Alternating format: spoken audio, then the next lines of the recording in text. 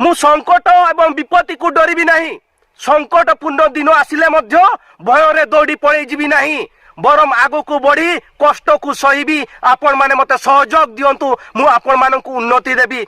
मयूरभंज जिल्लार भौगोलिक क्षेत्रफल 10,418 वर्ग किलोमीटर, जहाँ राज्यर मोट क्षेत्रफल 6.64 भाग। एपटे जनसंख्या 30 लाख टपिबा को बसीथिबा बेले जिल्ला रे आत्मनियुक्तिर सुजोग निमते गोटिए मध्य सरकारी शिल्प कारखाना नहीं।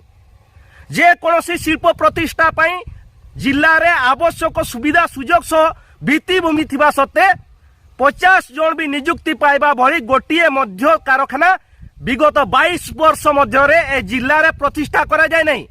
केवल केतोटी ब्रॉयलर फार्म, छेड़ी फार्म, शालपत्र समेत अन्यान्य जंगलजात द्रव्य संग्रह एवं खरीफ ऋतुरे कृषि श्रमिक भाव काम करने व्यतीत वर्ष जाक रोजगार करिवार कौनसी सुविधा सुजोग नहीं। समय थिला मयूरभंज जिल्लार निजर अस्तित्व और स्वाभिमान थिला, किंतु आजिका दिन में किछि नहीं। आज भी विधायक एवं सांसद हेबा पई उपकूलवर्ती नेता मानकर हाथ गोड़ धरिबा को पड़े। जितिला परे मध्य से मानंको कथारे कंढेई परि नाचिबा को पड़े। एठाकार खनि खादान रु राज्य सरकार कोटी कोटी टंका राजस्व कमाउछंती। दिने खनि खादान एवं शिल्प रे अग्रणी थिबा मयूरभंज जिल्ला आज राजनैतिक अवहेलार शिकार होई पछुआ जिल्ला भाव में विवेचना होउछि। तेणु आज संगठित हेबार समय आसीछि।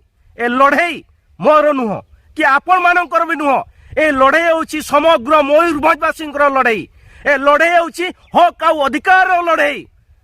स्वाधीनता संग्राम समय नेताजी सुभाष चंद्र बोस सारा भारतीयवासी को गोटे कथा कहिथिले, तुमे माने मते रक्त दियो मु तुमको स्वाधीनता देबी।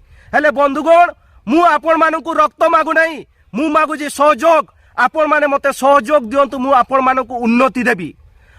मु संकट एवं विपत्ति को डरबी नहीं।